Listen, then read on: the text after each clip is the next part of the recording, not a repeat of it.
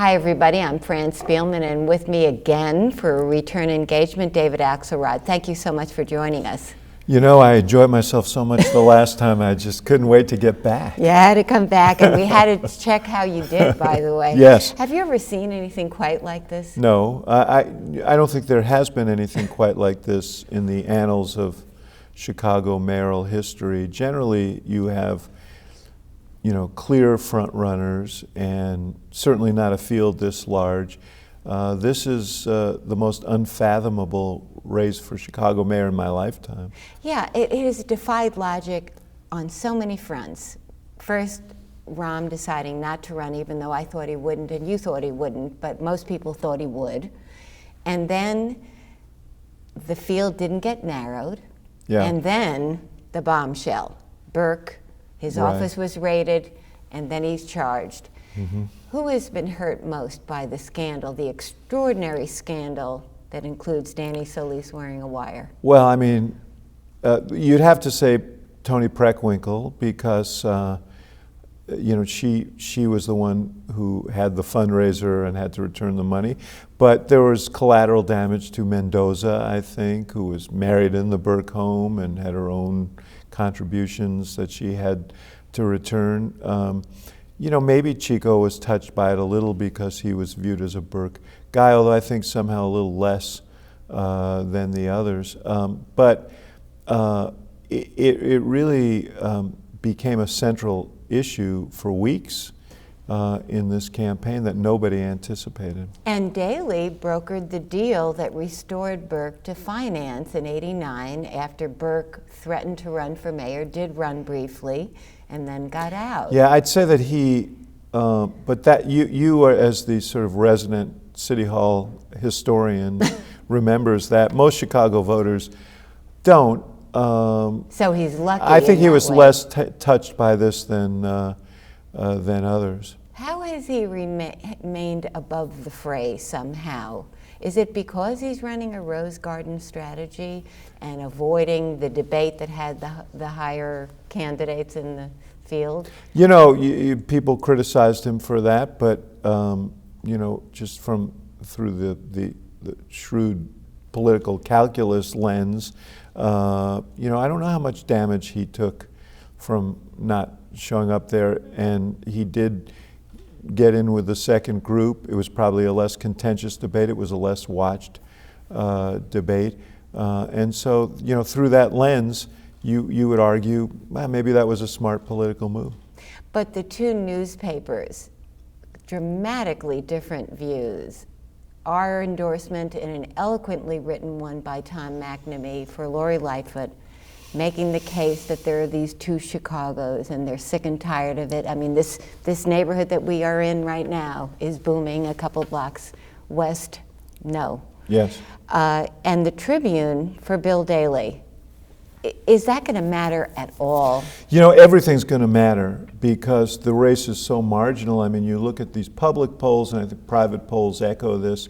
You have a point or two separating 4 or 5 candidates. So anything that gives you an edge, I think the fact that Bill Daley has more money than the others and to run his advertising and fuel a field operation and so on could be decisive. The newspaper endorsements, though they don't carry the same influence that they did years ago, if they make a point or two difference, that could be decisive in the race. So I think the reason this is so hard to read is that there are many different factors. The union endorsements of Toni Preckwinkle, and obviously those came with big resources, also bespeaks a certain field capacity just in mobilizing their own members that could be very helpful to her. There are a lot of factors at play in this race right now. And then you have the operating engineers spending $750,000 to malign Bill Daley and call him anti-working man. Yeah, there are two ways to look at it if you're Bill Daley. One is, Mario Cuomo once said, nobody ever shoots backwards in cowboy movies. So it means you're in the front, right? You're in the lead. You're one of the front runners. But people are just tuning into the race right now, and he has a strategic decision to make. What do you do with that ad? Do you respond to it? Do you try and overwhelm it with your own positive advertising? He's going to have to make a tough calculation. And he's sending Valentines to women. According to Mark Brown, his wife got a Valentine from Bill Daley. Boy, he's got a lot of money to send Valentine cards to female voters. Or maybe he just has affection for Mark's wife, Hanky. I doubt it. I don't think she's the only woman. Does it surprise you that Bill Daley has managed to avoid the tar and feathering of the Daley years, and particularly the scandals that plagued his brother? Well, when I saw you last time, I said that the Daley name was a blessing and a burden. And, I'm sure there are some voters who will gravitate to him because the Daley name represents a certain solidity in their minds. And, with older voters, I think it'll be a big advantage. Or potentially a big advantage with some of those voters. And then, there are accumulated nicks and bruises of those years that also assigned to him. No one has really, Mendoza and Preckwinkle were engaged in back and forth for many, many weeks. And no one was taking shots at Bill Daley. And so, he has benefited from this large field, and run a pretty smart campaign, I think. Right, but he's managed to be somewhat impatient about the questions about the past. Mostly with you. Mostly with me. Yes. And he's using a line that I had to laugh. I saw Jonathan Taves use in a Chevy commercial where he said that the windshield is bigger than the rear view mirror, and Bill just lo and behold repeated that. I think there's some plagiarism going on somewhere. But nobody can argue the point, right? It is bigger. That's right, but is it enough to just say, oh, I don't want to talk about the past? I'm tired of talking about the past. Well, a general election is going to be a little bit more exacting, and I'm sure he'll get those questions. But I do think that people are concerned about the future, and the real challenge for both candidates, whoever emerges, and if he's one of them, he'll have to face this, is people are going to begin to really scrutinize what they're saying about the future. I will say this, he has, alone among the candidates, been pretty outspoken about the need for pension reform and his willingness to take that on. He's been willing to he's taken a position against an elected school board, and there are a lot of people who fear what an elected school board would mean in terms of the dominance of the teachers' union, essentially electing a board and then negotiating with themselves. And those are not easy positions to take. I think an elected school board is probably a popular view. Certainly, people have mixed feelings about pensions, and so, in that sense, he has broken from the field and deserves some credit for that. But anyone who gets in, when you have 14 candidates, no one gets the scrutiny that they deserve. Right. And when you get down to 2, it gets much more difficult. Mendoza has been somewhat surprising in that in a lot of the polls she's not doing that well. Why do you suppose that is? Part of it is Gary Chico. Gary Chico has run a stronger campaign than people anticipated. He's raised money and he's run some very effective ads, and he is to some degree carving into her base. He's up there in 9-10% in the polls, and some percentage of that vote had been expected to be her vote. I still think that she is in the hunt here. I would not rule her out. You thought she was going to be in the runoff with and Preckwinkle. I was one who, I thought when last we got together, I said at that moment, if the election were today. So what happened? What happened? I think Chico happened. That was a big part of it. She was touched a bit by the Burke story. A lot, and by Solis. And Preckwinkle. And Madigan, right. All of it. And Preckwinkle was going after her on a pretty consistent basis, thinking that she would be a formidable opponent in the general. So she's taken those hits. It's interesting, you know, I think she's been fairly effective in these debates and forums. I wonder sometimes if in her advertising, if, you know, how she comes across in the ads suggests, you know, executive. Is there a light-weightedness to it? Yeah, which I think is not really who she is. I mean, you know, she holds her own in these forums and debates on policy questions, but the ads were mostly about personality, you know, and projecting her as an energetic new generation candidate. And it could be that they overshot the runway. In what way? There's not enough gravitas displayed in the ads? Yeah, I mean, they're not substantive enough, at least the early ads.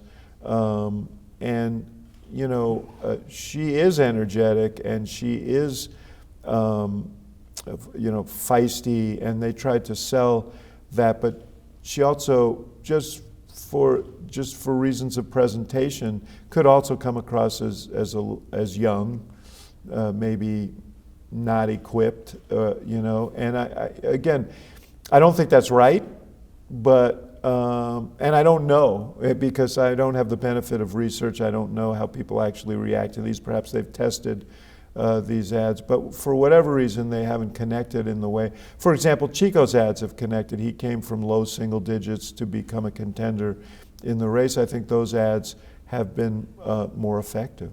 Do you think she comes off as shrill, or is there I don't know the whether quality of her voice? Yeah, I mean, the quality of her voice is, and no one can, you can't do anything about that. Well, you could have surgery. I guess, but not in time for the runoff. No, that's true. You wouldn't be able to recuperate. Yeah. So I think there are presentational questions that that have obscured, you know, genuine assets that she brings to the race. What about her being weighed down by Burke, Madigan, Solis? Problem. It's yeah. a problem. Yeah. You know. Is she the one that gets hurt the most by all of that? It's hard to say, because again, Preckwinkle was, you know, most in the crosshairs at the beginning and had, I think, some kind of taciturn exchanges with maybe you and some of the other reporters over it. But that was earlier, and then in the next chapters, Mendoza was more exposed to it. The other thing is, Fran, I don't know how much people are actually paying attention. You look at early voting, and all the indications are that this is going to be an abysmally low voter turnout, and it suggests to me that there isn't a lot of interest in this race. Why? Why? Well, I don't get it. I mean, you and I both covered the Harold Washington election. Yeah. You could feel the pulse of Yes. that excitement. It was in the most. streets. That was one of the most dynamic races that I've ever seen anywhere. Right. And Where remember, is that? but remember. Also, that you had three candidates, all larger than life figures. Sure. Jane Byrne, Rich Daley, Harold Washington. That it was covered as a major event. Remember, I think the television stations had jointly covered these debates. You and I were on a panel together at a debate. I Yes. remember, and all 3 or 4 of the debates were on TV live. And you know, I mean, By all the viewerships, channels. right? And the viewership was enormous. I haven't looked to see what the viewership for the first couple of televised debates were, but I bet you it was minuscule. And of course, television itself is not what it was. Everybody's on Netflix or whatever they're doing. It is, but it is bewildering, because these are going to be a very challenging 4 years for the city. You know that better than anyone, because you cover the fiscal condition of the city. You know, we have this ongoing crime and violence problem, and just being mayor of any big city is such a challenge, because cities are fragile. Even great and vibrant cities are fragile, and you're always one incident away, one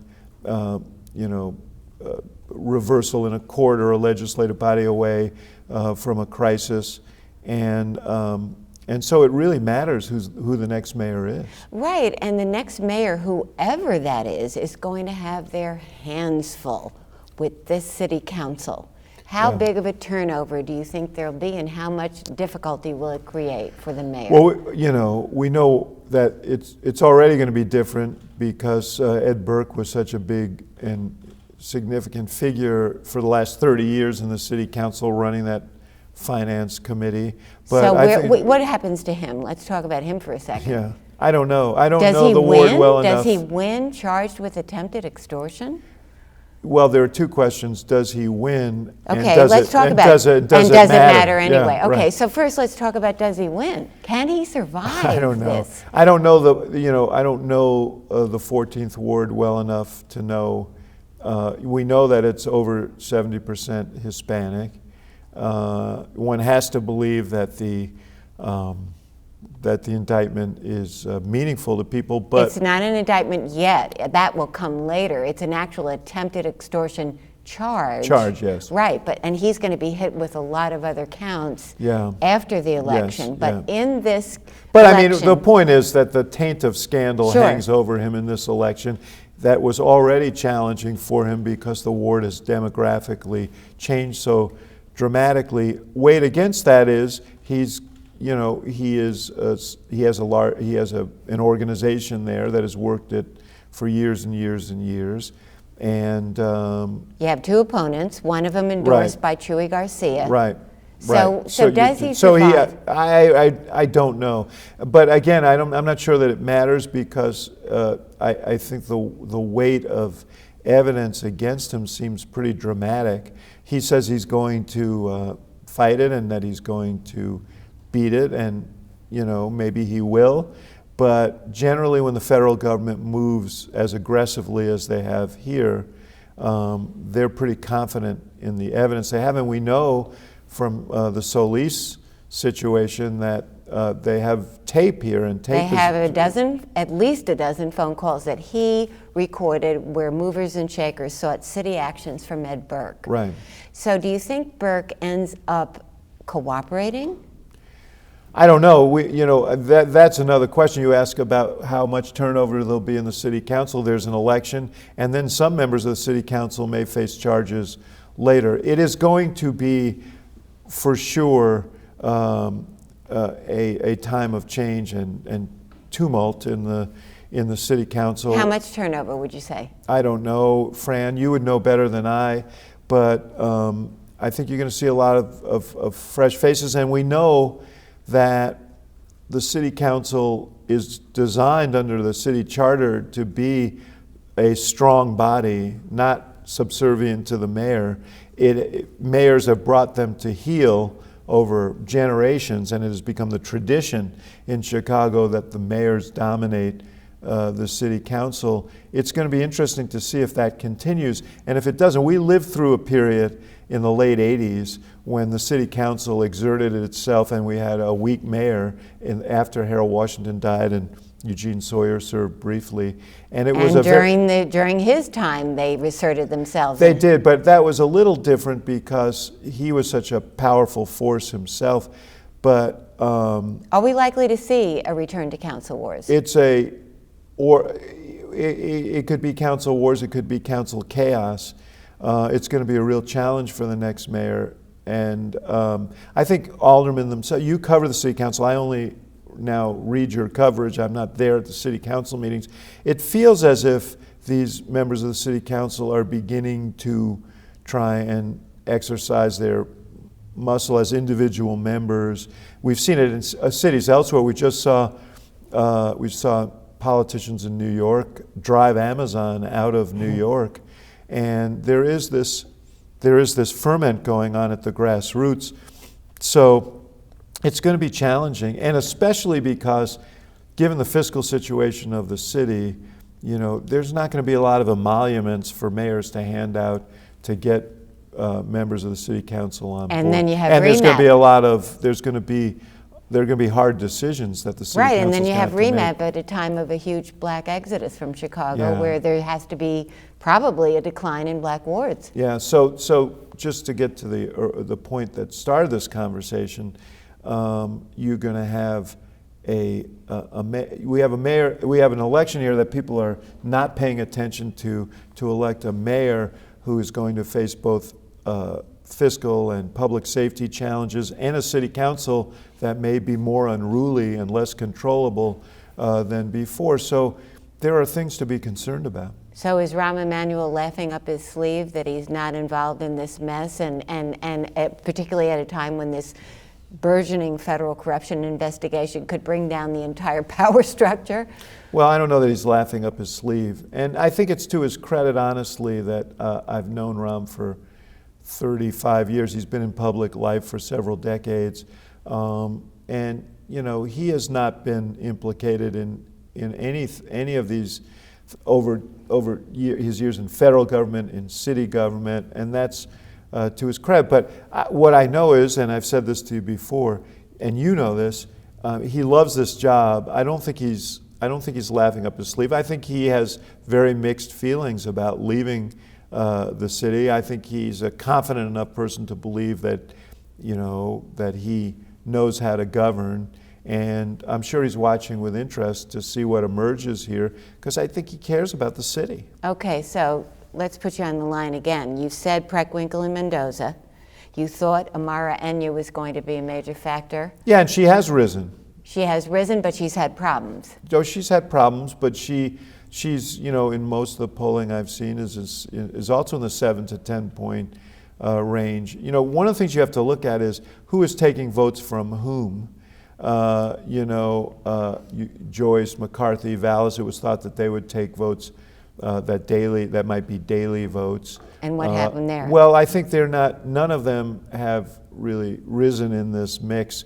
I mean, Chico probably has more votes than those guys combined. I think some of that is coming from Mendoza. You know, Preckwinkle, her base is in the African American community, certainly not limited to it. So, you know, Enya, Lori Lightfoot, Willie Wilson are all getting votes that conceivably are coming from her. So when you have 14 candidates, the pie gets sliced up in a lot of different ways. All right, so who's going to make the runoff? I Punched thought their... I was talking long enough that we could exhaust ourselves and I wouldn't have to answer filibuster. the question. Preckwinkle, has she punched her ticket? Is she going to make it? If you were to bet, you would bet that she would be one of the people in the runoff, and you would bet that because she started off with the biggest base. Her base has actually shrunk since since she began. You know, she started off in some polls in the 20s. I don't think she's there now, but she still has formidable assets, not the least of which is the teachers union, the SEIU, giving her a lot of money and will organize for her. I expect that she will probably be in the runoff. Okay, and who's her opponent? If you were to get, I mean, I said the last time, if on that day when you asked me that I would bet that it would be Preckwinkle and Mendoza, I think I would say today, if you pressed me on it, that the best guess is that it would be Preckwinkle and Bill Daley. But this thing is close enough, marginal enough, that there are many results that wouldn't surprise me. It wouldn't surprise me if Mendoza still slipped in, and you've got behind her, you know, you've got Chico, you've got, you know, Lightfoot, the endorsed candidate of the Chicago Sun-Times. You know, so no result would surprise me. You know, I mean, I think if Neil Sales Griffin, is that his name, were to win, that would surprise me. And would it surprise you if we didn't know? LaShawn Ford, that would surprise me, but. Would it surprise you if we didn't know on election night who Preckwinkle's opponent is? Well, I mean, you know, the scenario is, will all the votes be counted? Are there absentee ballots? There are. Mail-in ballots trailing in? And if you have, you know, a few hundred votes separating, you know, candidates 2, 3, and 4, you know, a few thousand votes separating the top 4 or 5 candidates, you know, we're going to have to wait. So do you think this is going to be an election that drags on? It could. I mean, I think it very well could. Yeah, as I said before we started rolling, it's challenging. Having written election night stories, it's challenging if you're, you know, now you have digital, so you can constantly update them. You could just never sleep, I guess. Yeah, you're perfectly capable. Do you think that's of likely? that. Do you think that's likely that we won't know? I think it is it is not a remote possibility. Uh-oh. It is not a remote possibility that we won't know who the two, I mean, we'll know who's not going to be in the runoff. We'll know that. It could be that we won't know for some time who is in the runoff. But we will know that Preckwinkle is, and we won't know her opponent. Do you think that's what will happen? I can't, nothing to me is certain, but I think as close to that is that she is likely to be in the runoff. That's been true from the beginning. She's been whittled down some by, you know, the Burke stories, the other people who are taking some of her base vote. But I still think she retains enough assets to be in the runoff. And if she makes the runoff, will she have the same problem that Rahm did with difficulty getting to 50? I think it's going to be it really feels like to me it's going to be a very competitive runoff, regardless of who gets into the runoff with her if she's in the runoff. You know, she has, as you've seen polling, you know, she has strength and liabilities. And the dings that come with long-term incumbency. And no candidate has been fully scrutinized in the primary. So I think it could be a very brutal runoff. I don't think we're going to have necessarily the elevated discussion about the pressing problems of the city that you or I might want. I think it could be dominated by some really tough back and forth. David, thank you for joining us. We will have you back to throw all this in your face again. Well, okay? Good thing we're not taping this so you can't throw my predictions back at me. And let's hope he's wrong about the election that drags on. See you next week.